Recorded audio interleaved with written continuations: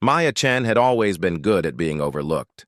Back on Earth, teachers forgot her name. Classmates walked past her in hallways, and even her own parents sometimes seemed surprised to find her at the dinner table. She wasn't ugly or particularly strange, just forgettable in a way that felt almost supernatural. So when the acceptance letter arrived from Nexus Prime Academy, the most prestigious educational institution in the known galaxy, Maya assumed it was a mistake. The holographic seal flickered with impossible colors as it announced her full scholarship to study advanced xenobiology. Her parents, busy with their own lives, barely glanced at it before signing the permission forms. "Have fun in space, honey," her mother said absently, already turning back to her work tablet.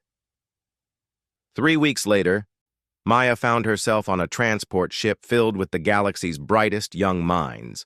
There was Zara, a blue-skinned Altarian who could calculate faster than most computers. Thek, a crystalline being from the Andromeda sector whose body literally sparkled with intelligence.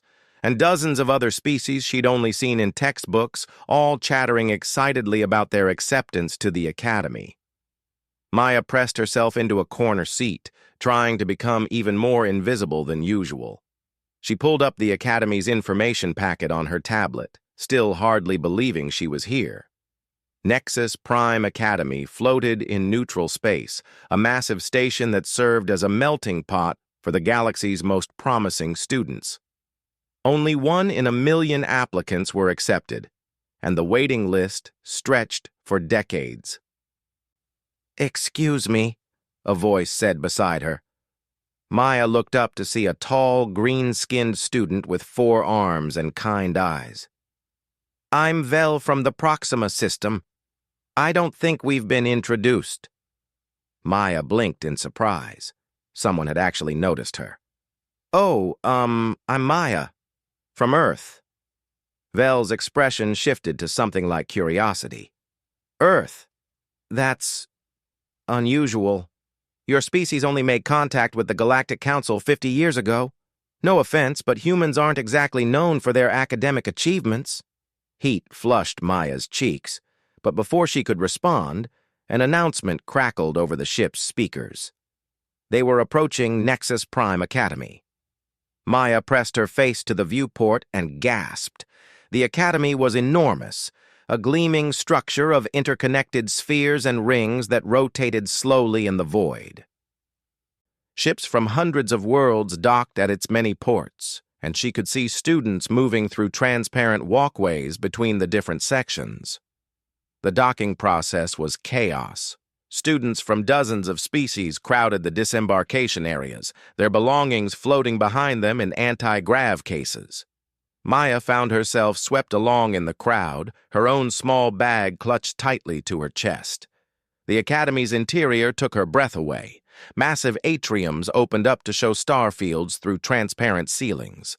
Holographic displays showed class schedules and campus maps in hundreds of languages. Students moved through the corridors with purpose, their various forms of locomotion, walking, floating, slithering, or gliding, creating a mesmerizing dance. Maya stood frozen in the main concourse, suddenly feeling very small and very human. Her tablet chimed with her room assignment and class schedule. Dormitory Section 7, Room 4A. Introduction to Galactic Biology with Professor Kethlar. Advanced Quantum Theory with Dr. Zintar. Universal Literature with... Lost already? Maya spun around to find herself face to face with another human, the first she'd seen since boarding the transport. He was tall with dark hair and a confident smile that seemed out of place in this alien environment. "I'm Jake Morrison," he said, extending his hand. "Let me guess. You're wondering how you got here, too?" Maya shook his hand, grateful for the familiar gesture. Maya Chen. And yes, definitely wondering that. Jake laughed. "Join the club. I was building robots in my garage back in Texas when the acceptance letter showed up. My mom thought it was a scam until the Galactic Council sent an official transport ship." He gestured around them. "This place is incredible, but also terrifying. Want to find our dorms together? Safety in numbers and all that." As they navigated the Academy's corridors, Jake kept up a steady stream of conversation that helped calm Maya's nerves. He pointed out different species, shared what he'd learned about Academy traditions, and somehow managed to make her feel less alone in this vast place. Their dormitory section was designed to accommodate multiple species, with adjustable gravity, atmosphere, and even temporal flow for students whose homeworlds operated on different timescales. Maya's room was small but comfortable, with a bed that could adjust to her preferred firmness, a desk that projected holographic interfaces, and a viewport that showed the swirling nebula beyond the station. Her roommate was a Centauri named Crix, a being that looked like a cross between a praying mantis and a flower. Crix's head turned 180 degrees when Maya entered, and she spoke in a melodic voice that the universal translator rendered as heavily accented English. "Greetings, Maya human. I am most pleased to share living space. I have prepared optimal atmospheric settings for our respective respiratory needs." "Thank you," Maya said, setting her bag on the empty bed. "I hope we'll get along well." Crix's antenna-like appendages twitched in what Maya hoped was a positive gesture. "I have reviewed your academic records. Your test scores are most curious. They show unusual patterns that I find intriguing." Maya felt a flutter of anxiety. "What kind of patterns?" "Your responses to theoretical scenarios show remarkable intuitive leaps, yet your mathematical foundations appear quite basic. It is as if you understand complex concepts at a level beyond your apparent training." Crix tilted her head. "Perhaps this is a human characteristic I have not encountered." Before Maya could respond, a chime indicated the beginning of orientation activities. Students were gathering in the Grand Assembly Hall for the welcome ceremony. The hall was massive, large enough to hold representatives from every known sentient species. Maya found herself seated between Jake and a student whose species she couldn't identify, something that looked like living crystal with internal lights that pulsed in complex patterns. Dean Mortak took the stage, her imposing figure commanding immediate attention. She was Draconid, a species known for their intellectual prowess and political influence in the Galactic Council. Her scales shimmered with authority as she began to speak. "Students of Nexus Prime Academy," her voice resonated without need for amplification, "you represent the finest minds of your respective worlds. You are here because you have demonstrated exceptional potential to contribute to the advancement of galactic civilization." Maya shifted uncomfortably. She still couldn't understand why she was here among these brilliant beings. Dean Mortak continued, "But potential means nothing without dedication. The curriculum you will face is designed to challenge even the most advanced intellects. Many of you will struggle, some will fail. This is not a place for the weak-minded or uncommitted." The dean's gaze seemed to sweep across the assembly, and for a moment, Maya felt those reptilian eyes focused directly on her. A chill ran down her spine. However, Dean Mortak's tone shifted slightly. "Sometimes the galaxy surprises us. Sometimes potential lies hidden in the most unexpected places. Sometimes the quiet ones, the overlooked ones, carry gifts that shake the very foundations of what we think we know." Maya's heart began to race. Was the dean talking about her? But that was impossible. She was just Maya Chen from Earth, forgettable and ordinary. The ceremony continued with introductions from various department heads and a tour of the Academy's facilities. Maya was amazed by the biolabs where students studied living organisms from across the galaxy, the quantum simulation chambers where they could manipulate matter at the subatomic level, and the vast library that contained knowledge from thousands of civilizations. But throughout the tour, she couldn't shake the feeling that people were watching her. Not obviously, it was more subtle than that. A glance that lingered a moment too long, whispered conversations that stopped when she approached, a sense that she was being evaluated in ways she didn't understand. That evening, after a dinner of foods both familiar and bizarre, Maya sat in her room trying to process everything. Her tablet showed her course load for the next day, and panic began to set in. Advanced quantum theory? She barely understood basic physics. Universal literature covering works from species she'd never heard of. Introduction to galactic biology featuring organisms that defied everything she thought she knew about life? "You appear distressed," Crix observed from her side of the room, where she was performing what looked like a complex meditation routine. "I don't belong here," Maya said quietly. "I think there's been some kind of mistake." Crix's movement stopped.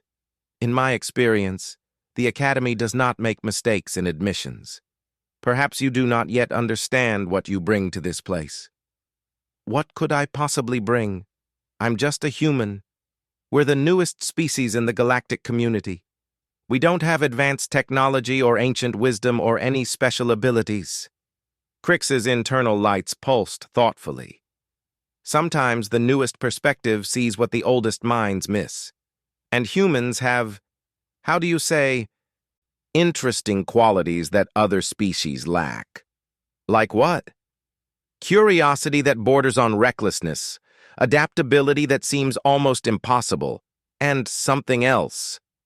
Crix's antenna twitched. Something that makes even the most logical beings act unpredictably around humans. It is most fascinating. Maya was about to ask what she meant when her tablet chimed with an incoming message. It was from Dean Mortak's office, requesting her presence first thing in the morning for a private meeting. Maya stared at the message, her stomach dropping. On her first day, before she'd even attended a single class, she was being called to the dean's office. That couldn't be good. "Crix?" she said quietly. "Yes, Maya human. If there was a mistake and I don't belong here, what happens to students who get sent home?" Crix's lights dimmed to a soft glow. "In my knowledge, no student has ever been sent home from Nexus Prime Academy. Once accepted, you are here for the full program. But Maya human, I do not think you need to worry about such things." "Why not?" "Because," Crix said, settling into her sleeping position, "I have been studying galactic biology for 17 standard years, and your presence here creates patterns I have never observed before. Whatever brought you to this academy, I suspect it was very deliberate indeed."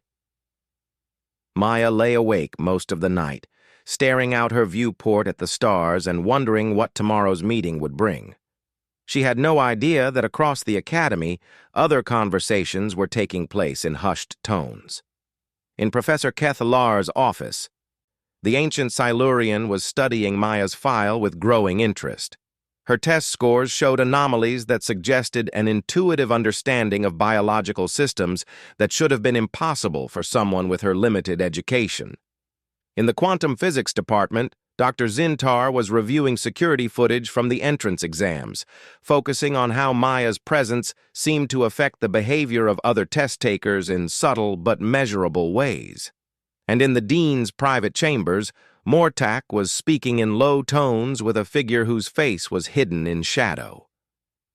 "The readings are unprecedented," the figure said in a voice like rustling leaves. "Her mere presence alters probability fields in ways we've never documented. If she's unaware of her abilities—" "Then we proceed carefully," Dean Mortak interrupted. "The last thing we need is to trigger an awakening before we understand what we're dealing with. The balance of power in the galaxy could shift overnight." "And if she discovers what she is on her own?" Dean Mortak's scales darkened with concern. "Then we hope she chooses to use her gifts wisely. Because if the rumors about human potential are true, Maya Chen might be the most powerful being in the known galaxy. She just doesn't know it yet." Maya's hands shook as she pressed the chime outside Dean Mortak's office. She had barely slept, running through every possible reason she might be called in for a private meeting on her first day. None of them seemed good. "Enter," came the dean's commanding voice. The office was enormous, with curved walls that displayed star maps from across the galaxy. Dean Mortack sat behind a desk made of what looked like polished black stone, her reptilian features unreadable as Maya approached. "Sit," the dean said, gesturing to a chair that automatically adjusted to Maya's height and physiology. "Do you know why you're here?" "Because there's been a mistake?" Maya ventured, trying to keep her voice steady. Dean Mortack's scaled features shifted into what might have been amusement. "Interesting. Most students would assume they were in trouble. You assume you don't belong." She leaned forward. "Tell me, Maya Chen of Earth, what do you remember about your entrance examination?" Maya frowned, trying to recall the details. "I took it at the Galactic Council's testing center in New Geneva.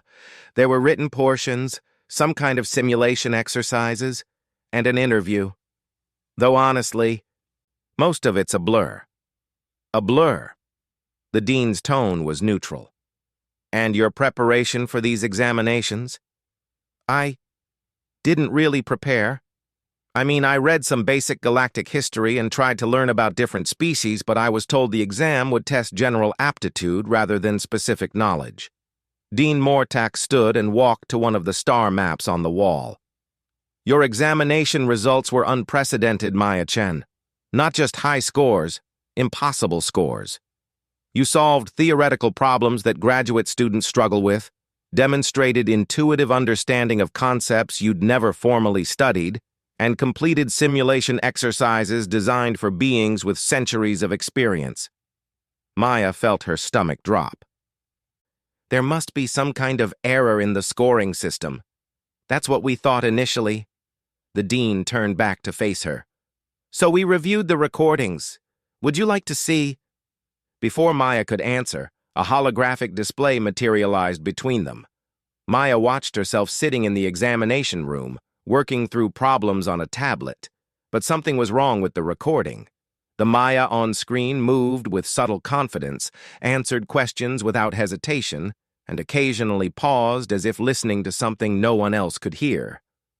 "I don't remember it like that," Maya whispered. "I remember struggling, second-guessing myself, feeling completely out of my depth."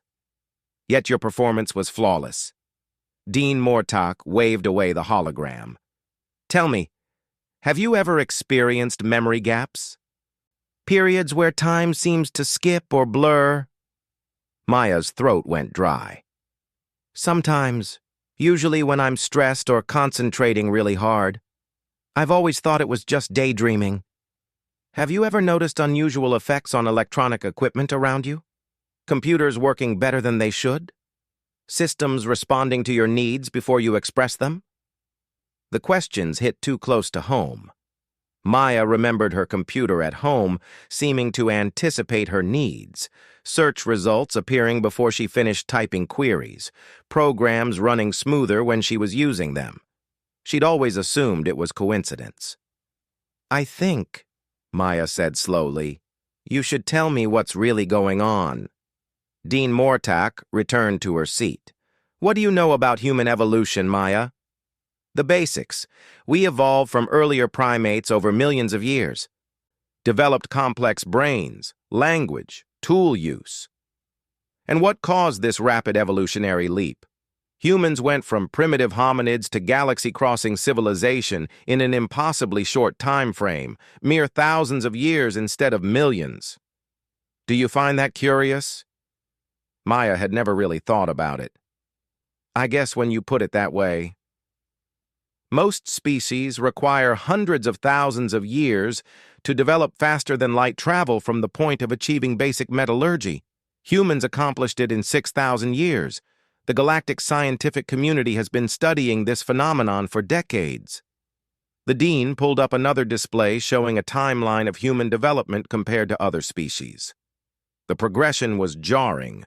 Humans compressed millions of years of normal development into a historical instant. "There are theories," Dean Mortack continued, "about what might cause such acceleration: intervention by advanced species, environmental pressures, or—" She paused. Latent abilities within humans themselves that most of your species isn't aware of. What kind of abilities? The ability to interface directly with quantum fields, to process information at speeds that shouldn't be possible with biological neural networks, to unconsciously manipulate probability outcomes. The dean's eyes fixed on Maya. The ability to tap into what we might call the fundamental information structure of reality itself. Maya felt dizzy. You're saying humans are psychic? Not psychic in the traditional sense, more like naturally occurring quantum computers. Biological entities capable of processing reality at the most basic level. Dean Mortock's tone became more serious. But most humans never develop these abilities consciously. They remain dormant, expressing themselves only as unusual intuition or luck. But you think I'm different? I think you've been unconsciously accessing these abilities your entire life, Maya. Your forgettability isn't shyness. It's a form of probability manipulation that makes people less likely to notice you unless you want them to. Your academic performance isn't luck. It's quantum processing, allowing you to understand complex concepts instantly. Maya stood up abruptly, pacing to the window that showed the void beyond the station. This is insane. You're talking about superpowers. I'm talking about evolution, about humanity's next step. Dean Mortock joined her at the window. The question is, what do we do with this knowledge? We? You're not the only human at this academy, Maya. Jake Morrison shows similar patterns, though less pronounced. In fact, every human student we've admitted shows signs of these emerging abilities. Nexus Prime Academy isn't just the galaxy's premier educational institution, it's also our research facility for studying human potential. The betrayal hit Maya like a physical blow. You're experimenting on us? We're trying to understand you, Dean Mortock said carefully, and to help you understand yourselves. These abilities are emerging whether we study them or not. The question is whether humanity will develop them responsibly or dangerously. Maya thought about Jake, about his easy confidence and the way problems seemed to solve themselves around him. Does he know? Not yet. You're the first we're revealing this to because your abilities are the most advanced we've documented. We need to know, are you willing to help us understand what you can do? And if I say no, then you continue your studies normally, graduate with highest honors, and return to Earth with your abilities likely remaining dormant for the rest of your life. Dean Mortock's expression was serious. But Maya, your species is on the verge of an evolutionary leap that could reshape galactic civilization. You could be part of guiding that transformation, or you could let it happen without understanding or control. Maya stared out at the stars, feeling the weight of impossible decisions. What exactly are you asking me to do? Participate in additional studies.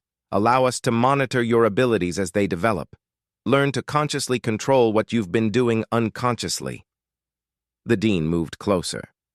Help us determine if other humans can be safely awakened to their potential.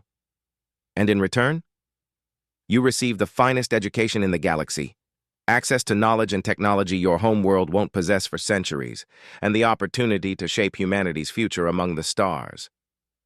Maya was quiet for a long moment, processing everything she'd learned. Finally, she turned back to Dean Mortock. If I agree, I want complete honesty. No more secrets about what you're studying or why. Agreed. And I want Jake to know, too. Whatever this is, we should face it together. Dean Mortock hesitated. His awakening might be more difficult. Not all humans respond well to learning about their abilities. That's his choice to make. After another pause, the dean nodded. Very well. We'll begin with basic awareness exercises this afternoon. And Maya? Yes? Try not to be too frightened of what you discover about yourself. Evolution is rarely comfortable, but it's always necessary. Maya left the dean's office in a daze, her mind reeling with revelations. She walked through the academy's corridors, seeing everything differently now. The other students weren't just brilliant, They were part of some larger galactic community that humans were only beginning to join. And she wasn't just a student. She was potentially something unprecedented. She found Jake in the cafeteria, struggling with a meal that seemed to be moving slightly on his plate. "Maya!" he called out, relief evident in his voice. "Thank God, another human. I think my lunch is trying to escape." She sat across from him, studying his face. "Jake, we need to talk." "About the food? Because I'm starting to think this whole universal nutrition thing might be optimistic. About why we're really here." Something in her tone made him put down his utensils. "What do you mean?" Maya told him everything. The Dean's revelations, the theories about human evolution, the possibility that they possessed abilities beyond normal comprehension. Jake listened without interruption, his expression shifting from skepticism to wonder to concern. "So you're saying we're like human computers?" he said when she finished. "More like we have potential access to quantum-level reality manipulation. The Dean thinks most humans have these abilities dormant, but some of us are starting to consciously access them." Jake was quiet for a moment, then laughed, but it wasn't a happy sound. "You know what's funny? I've always known I was different. Not in an arrogant way, but things just worked out for me. I'd guessed the right answers on tests I hadn't studied for. Machines I was building would function better than my design suggested they should. I thought I was just lucky. The Dean wants to study us, help us develop these abilities consciously." "And you said yes?" "I said I wanted you to have a choice, too." Jake looked around the cafeteria at the dozens of alien species sharing meals and conversation. "If we have these abilities, and if humanity is really evolving this way, then what happens to everyone else? Do we become like gods compared to normal humans?" It was a question Maya hadn't considered, and it chilled her. "I don't know." "And what about the rest of the galaxy? If humans develop capabilities that advanced, how do other species react? Are they going to see us as partners or threats?" Maya followed his gaze around the room. She noticed conversations quieting slightly as students from various species glanced in their direction. Were they always being watched, or was she just becoming more aware of the attention? "There's something else," she said quietly. "I think some of the other students suspect something. Crix, my roommate, mentioned that my presence creates interesting patterns she'd never observed before." "Patterns?" "I'm not sure. But I get the feeling that bringing humans to this academy is a bigger deal than we realized." Jake pushed his plate away. "So what do we do?" "We learn. We try to understand what we're capable of, and we make careful decisions about how to use it." Maya met his eyes. "But Jake, I think we need to be prepared for the possibility that things are going to change rapidly. For us, for humanity, for everyone." That afternoon, Maya reported to a specialized laboratory in the Academy's research section. The room was filled with equipment she didn't recognize and monitored by beings from species she'd never seen before. Dr. Veiltar, the lead researcher, was a Etherian, a species that existed partially in normal space and partially in what they called probability dimensions. She flickered slightly as she moved, as if not entirely solid. "We will begin with simple exercises," Dr. Veiltar explained, her voice seeming to come from multiple directions at once. "Attempt to influence random number generation through intention alone." Maya sat before a device that generated truly random quantum fluctuations displayed as numbers on a screen. "I just think at it? Focus on the outcome you desire. Don't force it. Allow your intention to align with the quantum possibilities." For an hour, Maya stared at the device, trying to influence the random numbers. Nothing happened. She felt foolish sitting there, thinking at a machine while researchers took notes on her failure. "I don't think I can do this," she finally said. "Perhaps," Dr. Veiltar suggested, "you are trying too hard to do something you already do naturally. Instead of forcing an ability you don't understand, Simply allow yourself to want a specific outcome and see what happens. Maya relaxed, stopped trying to feel mystical or powerful, and simply wished for the number 7 to appear. The display immediately showed 77777 in sequence. The researchers went very quiet. "Do it again," Dr. Vailtar said. "Choose a different number." Maya thought of 23. The display began showing 23 repeatedly. "Make it stop," one of the researchers said urgently. Maya stopped focusing, and the numbers returned to random patterns. She looked around the room to find every being present staring at her with expressions of amazement, concern, or fear. "What just happened?" Maya asked. Dr. Vailtar flickered more rapidly than before. "You just demonstrated direct conscious influence over quantum probability fields, without training, without effort, without even understanding what you were doing." She turned to her assistants. "The implications are considerable." Maya felt a chill of real fear. "Is that bad?" "It's unprecedented. And Maya Chen of Earth, anything unprecedented in the galaxy tends to be either revolutionary or catastrophic, sometimes both." As Maya left the laboratory, she passed Jake heading in for his own session. He looked nervous but determined. "How did it go?" he asked. "I think," Maya said quietly, "we might be in more trouble than we realized." That evening, as Maya tried to focus on her regular coursework, she couldn't shake the feeling that everything was about to change. Her tablet showed messages from professors impressed by her intuitive grasp of complex subjects, invitations to advanced research groups, and queries from students wanting to form study groups with the interesting human from Earth. She was no longer invisible, and somehow that felt far more dangerous than being overlooked had ever been. Across the academy, in encrypted communications chambers, urgent messages were being sent to governments and institutions across the galaxy. The content was always similar. Human potential confirmed. Recommend immediate policy review regarding Earth relationship status. Situation developing rapidly.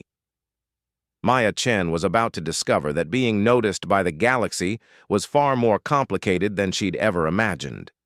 3 weeks into the semester, Maya realized that being noticed was far worse than being invisible.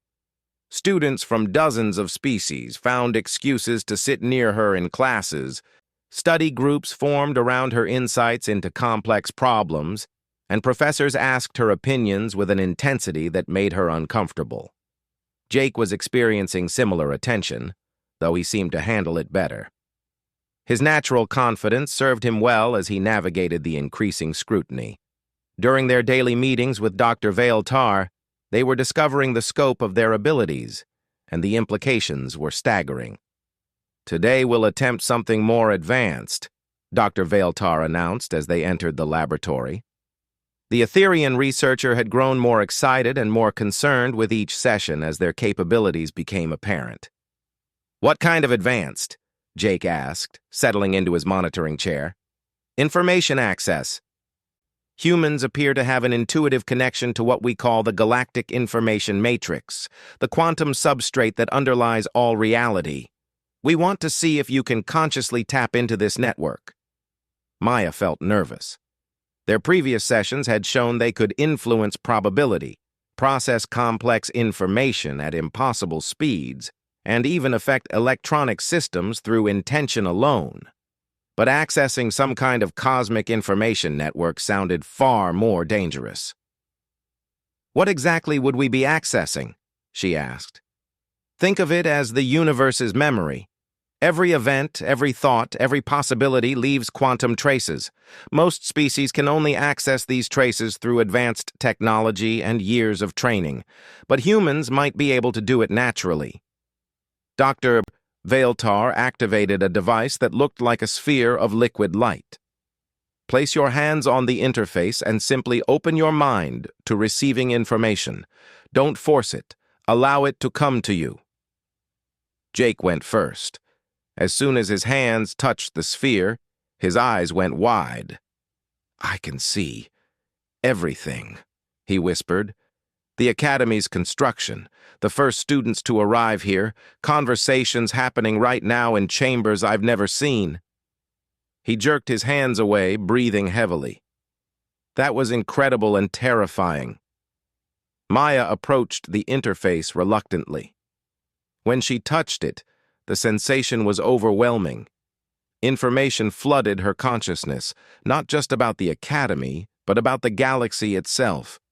She saw the rise and fall of civilizations, the delicate balance of power between species, and underlying it all, a pattern of fear and anticipation focused on one small blue planet. "Earth!" she gasped, pulling away from the interface. "They're all watching Earth, waiting for something." Dr. Veiltar's form flickered rapidly. "What did you see?" "Meetings, secret discussions between species about humanity's awakening, military preparations, trade embargo considerations. They're scared of us." Maya looked between Dr. Veiltar and Jake. "Some species want to contain human development before we become too powerful. Others want to ally with us. And some—" She swallowed hard. "Some want to eliminate the threat entirely." The laboratory fell silent except for the hum of monitoring equipment. "Maya," Dr. Veiltar said carefully, "how far into the future did these visions extend?" "I don't know. Time felt flexible, but soon. Some of these discussions are happening now while we're sitting here." Jake stood abruptly. "We need to warn Earth. If there are species planning hostile action against humanity—" "With what proof?" Maya interrupted. "Visions from a cosmic information matrix? Even if anyone believed us, what could Earth do? We've barely achieved faster-than-light travel." Dr. Veiltar moved between them. "There are protocols for this situation. If we have evidence of potential threats against member species—" "Humanity isn't a full member of the Galactic Council," Jake pointed out. "We're probationary at best." "Which makes the situation more complex," a new voice said from the laboratory entrance. Dean Mortak entered, followed by two beings Maya didn't recognize. One a crystalline entity that sparkled with internal light. The other a creature that seemed to be made of shifting shadows. "Council members," Dr. Veiltar said, her form stabilizing with what looked like effort. "I wasn't expecting—" "The situation has escalated beyond academic research," the crystalline being said, its voice like wind chimes. "I am Counselor Lithara of the Zenthane Collective. This is Counselor Vekmoth of the Shadow Consortium. We need to speak with the human students." Maya felt Jake tense beside her. "Are we in trouble?" "That depends," Counselor Vekmoth said, its shadowy form rippling. "On what you intend to do with your abilities." Dean Mortak stepped forward. "Perhaps we should move this discussion to a more secure location." They were escorted to a chamber Maya had never seen before, deep within the Academy's core. The room had no visible walls. Instead, it seemed to exist in space itself, with stars visible in all directions. Maya realized they might actually be in a pocket dimension. "Sit," Counselor Lithara commanded, and chairs materialized from nowhere. "We know what you've discovered about yourselves," Counselor Vekmoth began.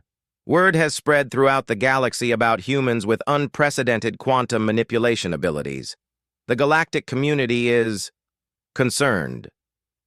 "Concerned how?" Jake asked, his tone challenging. "Concerned that your species might represent the emergence of a dominant form of life," Counselor Lithara replied. "If all humans possess these latent abilities, and if they can be awakened and trained, humanity could become the most powerful species in known space within a generation." Maya found her voice. "And that's a problem because power imbalances destabilize civilizations," Counselor Vekmoth said. "For thousands of years, the galaxy has maintained peace through careful balance between species' capabilities. No single race dominates because no single race possesses overwhelming advantages." "But humans might," Counselor Lithara added. Your abilities suggest direct manipulation of reality's fundamental structure. If weaponized, such capabilities could render all current military technology obsolete. Jake leaned forward. Are you threatening us? We're informing you of the galaxy's response to your existence, Counselor Vekmoth replied. Some species advocate for immediate intervention on Earth, preventing the spread of human quantum abilities through technological suppression or biological modification. Maya's blood ran cold. You're talking about attacking our homeworld. Other species, Counselor Lithera continued as if she hadn't spoken, believe humanity should be elevated to dominant status immediately, hoping to benefit from alliance with the new galactic power. And still others, Counselor Vekmoth said, advocate for complete quarantine of human space until we understand the full scope of your capabilities. Dean Mortak had remained silent, but now she spoke. What do the council members propose? Counselor Lithara's crystalline form brightened. A demonstration. We want these humans to show the full extent of their abilities, so the galaxy can make informed decisions about humanity's future. What kind of demonstration? Maya asked, though she suspected she didn't want to know. Comprehensive testing under controlled conditions. We would measure your maximum capabilities, determine how many humans might possess similar potential, and assess the implications for galactic security. Jake stood up. And what happens to us during this testing? You would be honored as the first representatives of humanity's new evolutionary stage, Counselor Vekmoth said. Your contributions to galactic understanding would be remembered for millennia. That's not an answer, Maya said. What happens to us personally? The pause that followed told her everything she needed to know. The testing would be thorough, Counselor Lithara admitted. But consider the alternative. If we don't understand human capabilities, fear will drive the galaxy's response. Fear leads to preemptive action. You mean war, Jake said flatly. We mean survival, Counselor Vekmoth replied. The galaxy has survived by managing threats before they become insurmountable. Maya looked around the strange chamber, feeling trapped by impossible choices. What if we refuse? Then you return to Earth with our monitoring, and the galaxy makes decisions about humanity without your input, Dean Mortak said quietly. But Maya, Jake, there might be another option. All eyes turned to the Dean. Speak, Counselor Lithara commanded. Instead of testing them, we train them. Make them ambassadors of human potential rather than subjects of experimentation. They could learn to control their abilities completely, demonstrate that humans can be responsible with power, and serve as bridges between Earth and galactic civilization. Counselor Vekmoth's shadowy form shifted. You propose they become our intermediaries with humanity? I propose they become humanity's guides in developing these abilities responsibly. If handled correctly, human evolution could benefit the entire galaxy. Handled poorly, it could destroy everything we've built. Maya felt the weight of species-level decisions pressing down on her. How long do we have to decide? The Galactic Council meets in one standard month to determine humanity's status, Counselor Lithara said. Your decision needs to be made before then. And if we choose the ambassador role? Jake asked. Then you complete your education here while learning to master your abilities. You return to Earth as humanity's first fully awakened quantum manipulators, tasked with guiding your species' development and serving as liaisons with galactic civilization. And if our species develops these abilities wrong? Maya asked. If humans become dangerous despite our guidance? The silence stretched uncomfortably long. Then, Counselor Vekmoth finally said, you would be expected to help the galaxy respond appropriately to that threat. Maya understood. They were being asked to become not just ambassadors, but potential enforcers, humans capable of stopping other humans if necessary. After the council members left, Maya and Jake sat in the strange chamber with Dean Mortok, processing the impossible situation they found themselves in. "Is there really no other choice?" Jake asked. "There are always choices," Dean Mortok replied, "but consequences vary dramatically based on which ones you make." Maya stared out at the stars surrounding them. "If we say yes, we're committing not just ourselves, but our entire species to a path we don't fully understand. If you say no, others will make that choice for humanity," the dean pointed out. "At least this way, humans have advocates who understand both sides." Jake was quiet for a long time. Finally, he looked at Maya. "What do you think?" Maya considered everything they'd learned, about their abilities, about galactic politics, about the precarious position humanity occupied in a vast and complex civilization. "I think," she said slowly, "that we were never really invisible at all.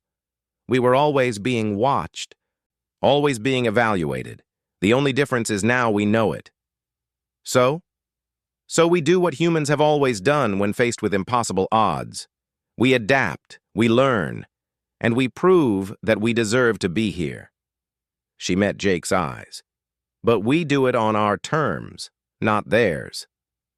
3 days later, Maya Chen and Jake Morrison stood before the assembled faculty and student body of Nexus Prime Academy. Maya was no longer the invisible girl from Earth.